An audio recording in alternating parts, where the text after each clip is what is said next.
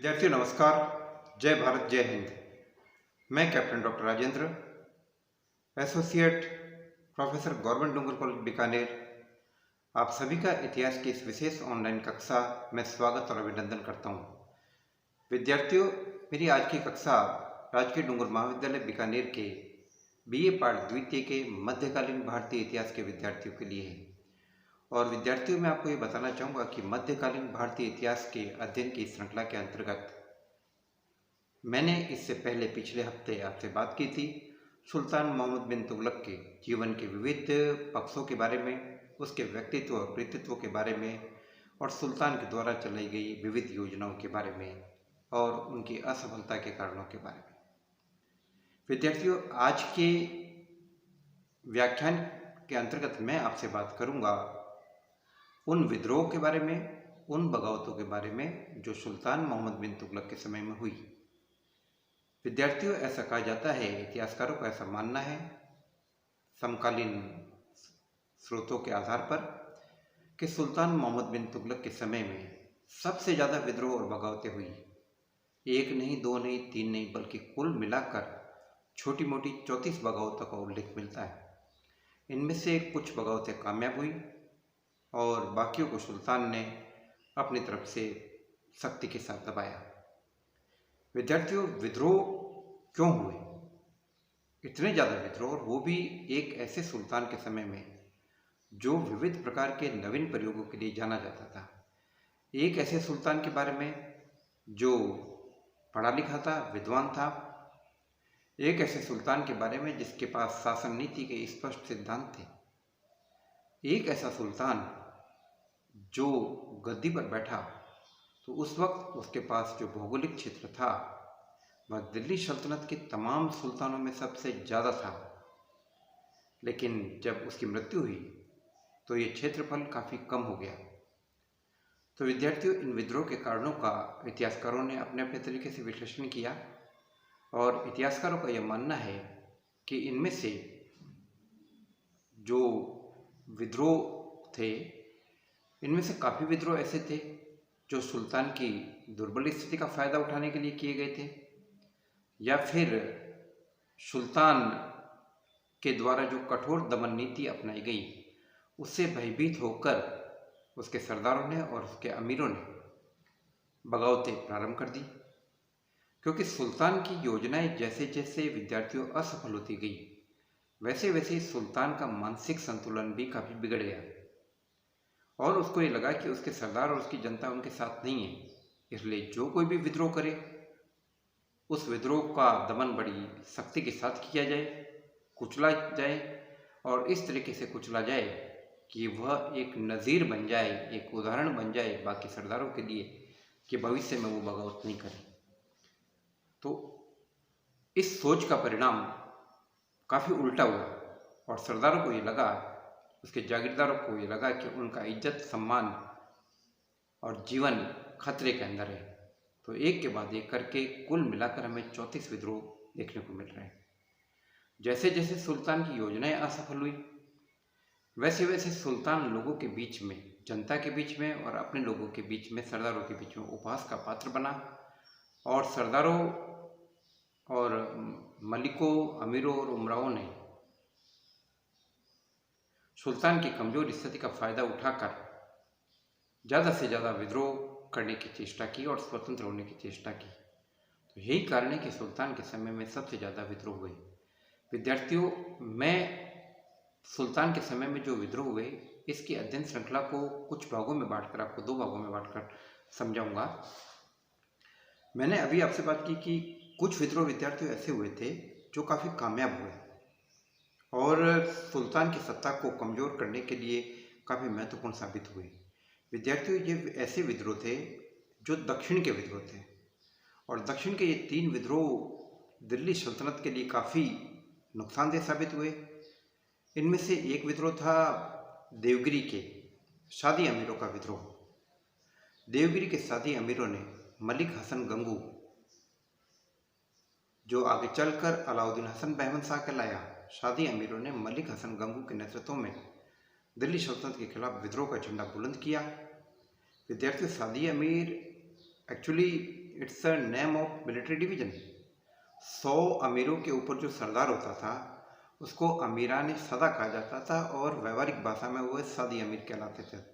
तो दिल्ली और दौलताबाद देवगिरी में इस प्रकार के सादी अमीर काफ़ी थे और इनको एक करके, इनका नेतृत्व करके मलिक हसन गंगू, जिसका मूल नाम जफर खान था, और वो कहा जाता है कि गंगू नामक ब्राह्मण के यहाँ पर वो नौकरी करता था, उसकी सेवा करता था और गंगू ने उसको पूरी तालीम और शिक्षा विक्षा दी, शस्त्र शास्त्र आदि का ज्ञान दिया। तो वो अपने मालिक का सम्मान करता था और कहा जाता है कि उस ब्राह्मण का नाम था गंगू, तो इसलिए जफर हसन गंगू कहलाता था। और ये भी कहा जाता है कि उसने सुल्तान बनने के बाद अलाउद्दीन हसन की उपाधि धारण की और इसके साथ ही साथ अपने मालिक ब्राह्मण की तरफ से या उसके प्रति सम्मान जाहिर करने के लिए उसने बहमन शाह शब्द भी जोड़ा, ऐसा इतिहासकारों का यह मानना है। तो मलिक अलाउद्दीन हसन बहमन शाह ने दिल्ली सल्तनत से बगावत करके स्वतंत्र बहमन शाही की स्थापना की।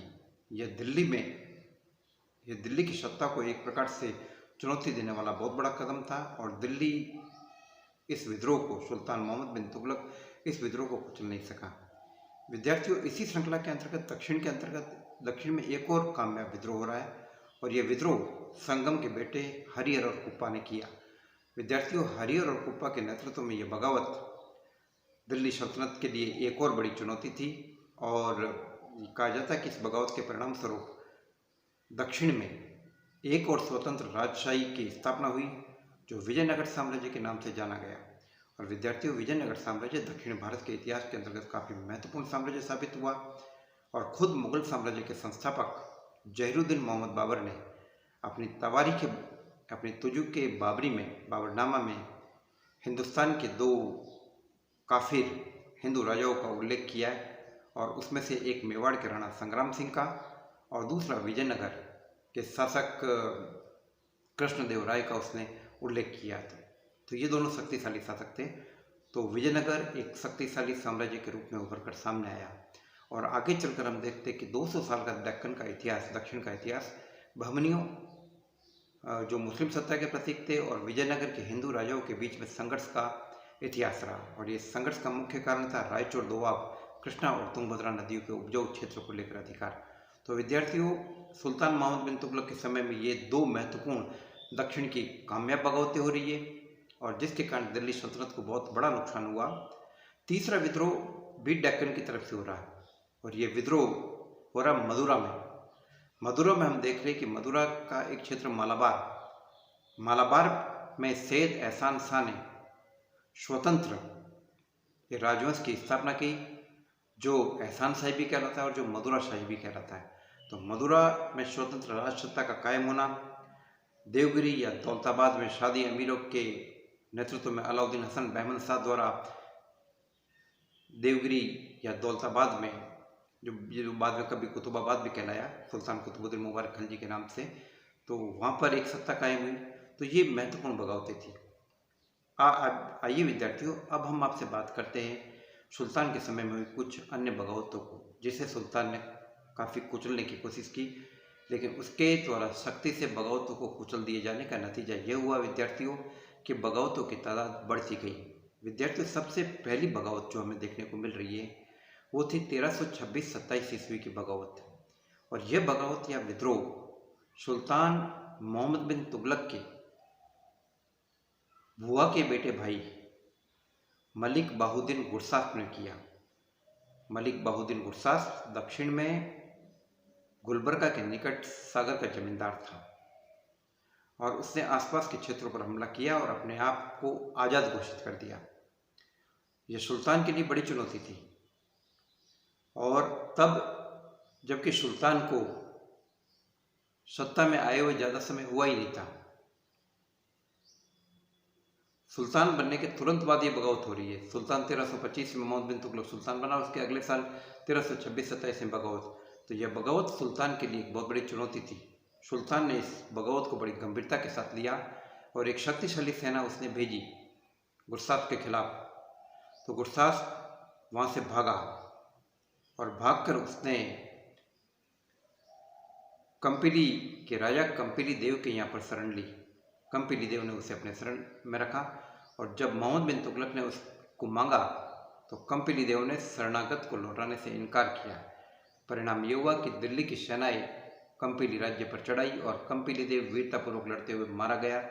लेकिन मरने से पहले उसने गुरसास्त को पड़ोस में स्थित द्वार समुद्र के होयसल शासक वीर बल्लाल तृतीय के हवाले किया और उससे कहा कि इसको अपनी शरण में रखना। वीर बल्लाल तृतीय ने कुछ समय तक तो इस बात को लेकर सुल्तानी फौजों का मुकाबला किया, लेकिन अंत में वो भी घबरा गया और उसने अधीनता स्वीकार कर ली और गुरसास्त को सुल्तान के हवाले कर दिया गया। विद्यार्थियों विद्रोह को कुचलने में बड़ी क्रूरता का परिचय दिया गया। गुरसास्त के खाल में भूसा भरवाया गया और उसे कई शहरों में दिखाया गया और बाद में उसका मांस चावल के साथ पकाकर उसके बीबी बच्चों के खाने के लिए भेजा गया।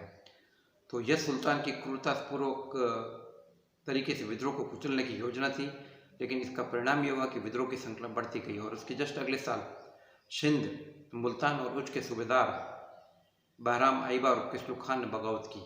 बहराम आइबार उर्फ किसलू खान सुल्तान गयासुद्दीन तुगलक का विश्वस्त था, उसका मित्र था और खुद सुल्तान मोहम्मद बिन तुगलक भी उसकी इज्जत करता था। वह सीमा रक्षक था, गार्जियन ऑफ द फ्रंटियर्स, सीमाओं का रक्षक।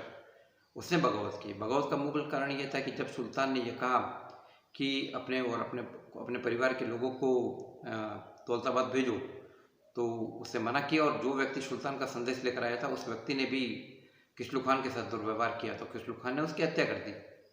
परिणाम ये हुआ कि एक सेना भेजी गई और बहराम आइबा और किसलू खान को पकड़ा गया और उसकी भी हत्या कर दी गई, उसकी खाल में भी भूसा भरवा दिया गया।